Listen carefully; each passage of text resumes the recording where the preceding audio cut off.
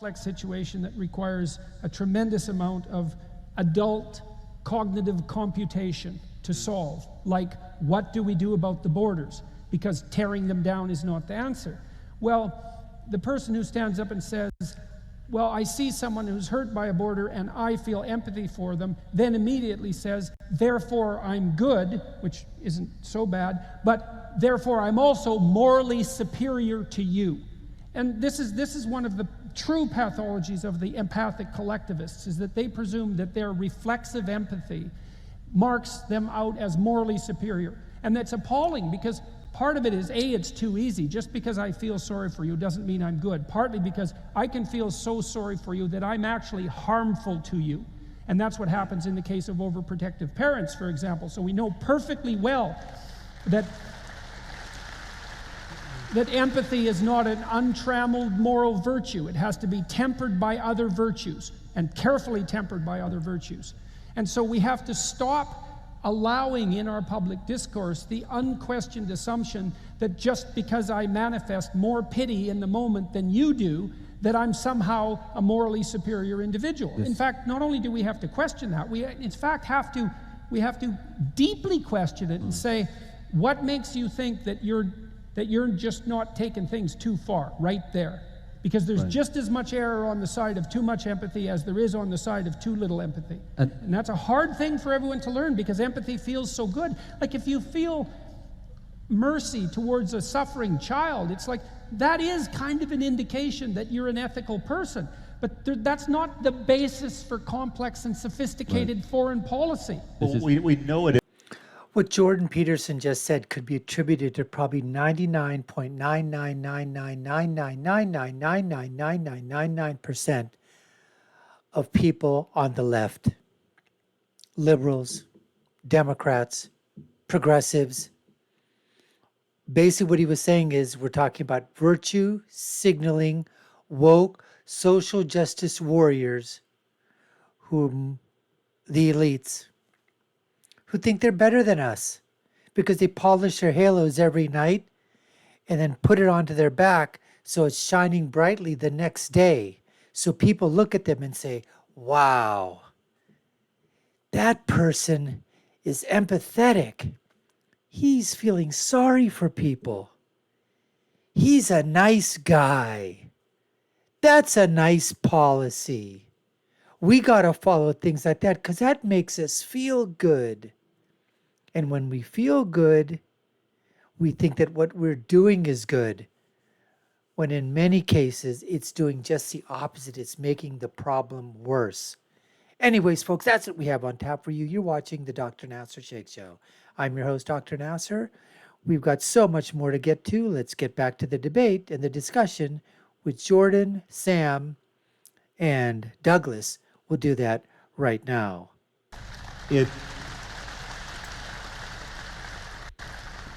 We know our empathy diminishes in an almost linear way with the numbers of people to empathize with, right? So we spoke about this one night in Vancouver, but this has been tested, where if you tell someone about the plight of one little girl, you will elicit the maximum empathic response and the maximum of an altruistic response. They'll give the most amount of money they're going to give to any cause to one compelling story to save one little boy or girl. But if you start adding boys and girls to the one, keeping the one the same, people's empathy degrades and their altruism degrades. So empathy is non-quantitative almost by definition. It's also partly because in your life, if you see a person in trouble, you might be able to do something about them. But if you see a million people in trouble, what you should probably do, at least to begin with, is run. And I mean, what are you going to do? Maybe you could give $1,000 to one person, but if you divided that up among a million, all that would happen would you would have no money, and they wouldn't be any better off. But this is to say that so much of moral progress today entails unhooking from the highly salient empathy-driving story and connecting with the actual quantitative reality, to learn that it's 500,000 people dying every year from heart disease or whatever it is, or there's 500,000 people dying in this famine. The fact that can't be made sexy for our news cycle, right? The fact that we lose attention is something we have to figure out how to correct. Well, it's also akin, it's very interestingly akin to your objection that you raised before, is that there are adult forms of solving problems that aren't akin to children's play, which is something, by the way, I agree with, because I don't think that the manner in which children organize the world is the end of the way that things should be organized. It's the basis for some of the organization. But this is akin to the same issue, is that the basal motivational response.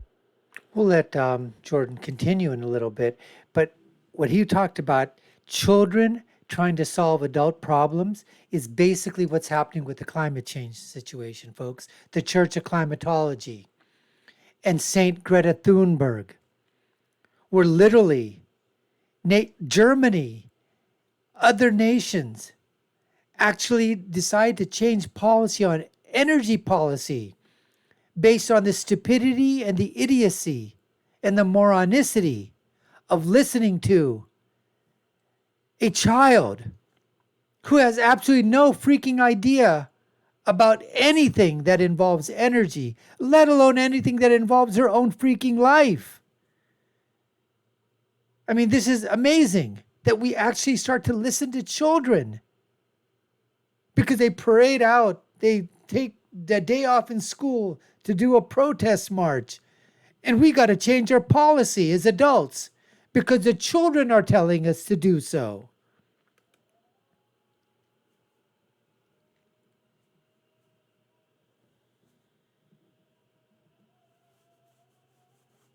The emotional responses, no matter how well-meaning, aren't of sufficient conceptual sophistication to deal with incredibly elaborate and complex systems. And then you have another problem too, is that, well, that's really troublesome for people because they want to do the right thing globally. And then you tell them, look, you don't know anything.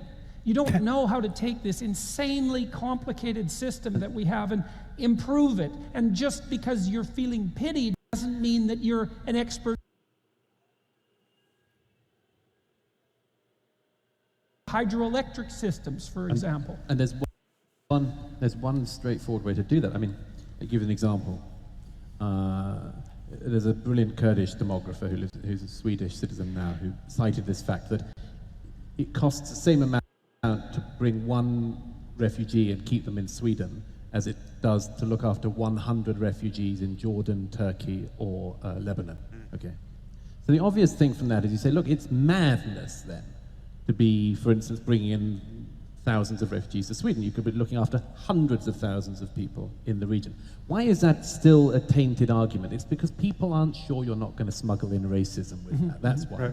I think, are you sure you're not just coming up with this demographer stuff in order to... It's like you're smuggling in Hitler, like the religious type smuggle in Jesus. You're going to start with NGO figures, and before we know it, it's Auschwitz. That's what they think. Right. But here's the thing. The shortcut solution to answering almost every single one of these problems is assume that your interlocutor has good motives. Yeah. Assume that they are being honest in the way that they're looking at it. Yes. And that's why I have a comment about that. Okay, so this is something I deal with in my clinical practice all the time. Okay, so imagine that you're naive. And then what you are when you're naive is someone who thinks you trust people, because you think everybody has good motivations, which is in some sense what Douglas is recommending. And they say, well, that's just naive. It's like, just wait a second though, because here's the developmental pathway. First, you're naive and you trust everyone, and then someone cuts you off at the knees, or multiple people do, or maybe you cut yourself off at the knees because you trusted yourself too much and you didn't take into account the malevolence that lurks in your heart and the hearts of others, and so that you get traumatized by betrayal, and then you become cynical. And you think, Jesus, I'm a lot smarter now that I'm cynical. And you are, because cynical is actually a move up on naive. But it's not the last move. The last move is to transcend cynicism and to say that even though I know that there are just as many snakes in your heart as there are in my heart, I'm going to hold out my hand in trust, because that's the best way to elevate both of us.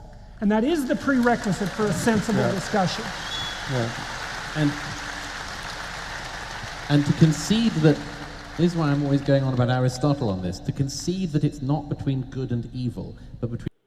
You know, as Douglas was over there, you know, talking about trust and cynicism and how, you know, that to have one person, let's say, you know, from Sweden, in terms of, you know, somebody coming over as a, you know, refugee or an immigrant, and that the cost to, you know, keep that immigrant or refugee in a Western democracy is going to be so much more expensive than in their own homeland somehow to help them over there. But then what's going to happen all of a sudden? The cynicism strikes. And where does it come from? The other side to say, what do? Oh, you're making all that data up. There's no truth to it. And the reason you're making that up is because you are a bigot. You are a racist.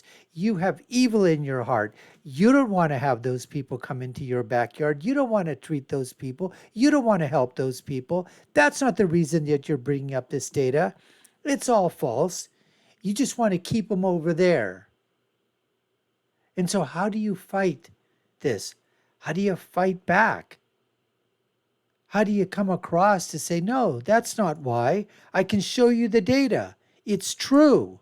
It does cost more. And it doesn't take a genius.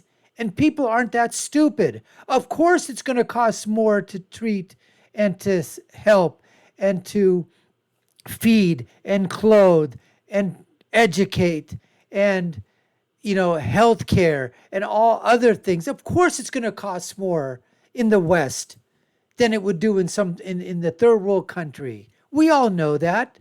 But regardless, these people still bring it up because they want to throw the R card, the political R card, the racist card, the bigot card, the Islamophobe card, you know, the homophobe card, the transphobic. I mean, they want to throw all those cards out to try to silence the debate. That's why Douglas said, you have to make sure, okay, that you can trust your interlocutor, your person that you're debating, discussing, talking with.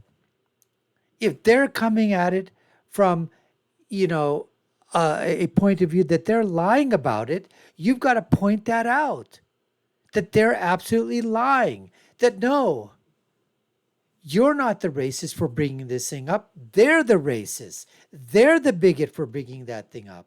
You've got to take offense, and you can't play defense on this. And all that about that trust and the cynicism, that's all true. But again, you have to realize that the left really capitalizes on this, folks. They capitalize on the fact of, and in terms of if you're talking about bending the truth, being cynical all the time, taking whatever it is that is coming from conservative thought, conservative writing, and labeling all of it as being, you know, a hierarchy of white oppression, a hierarchy of white supremacy. This is what they're trying to do with everything. They'll find anything that they can, you know, smuggle in to call whatever is coming from the conservative side evil, racist, prejudiced, oppressive, bigoted, all of those things. Anyways, we appreciate you taking the time to watch. You've been watching the Dr. Nasser Sheikh Show. I've been your host. My name is Dr. Nasser. If you haven't done so already, we'd love for you to share our channel. Like, share, and follow us. You all know what to do. Take a look at our other video links above and below. My final thought is always, when you're right, you're right. And when you're left, you're wrong. Until next time, folks, take care and stay safe.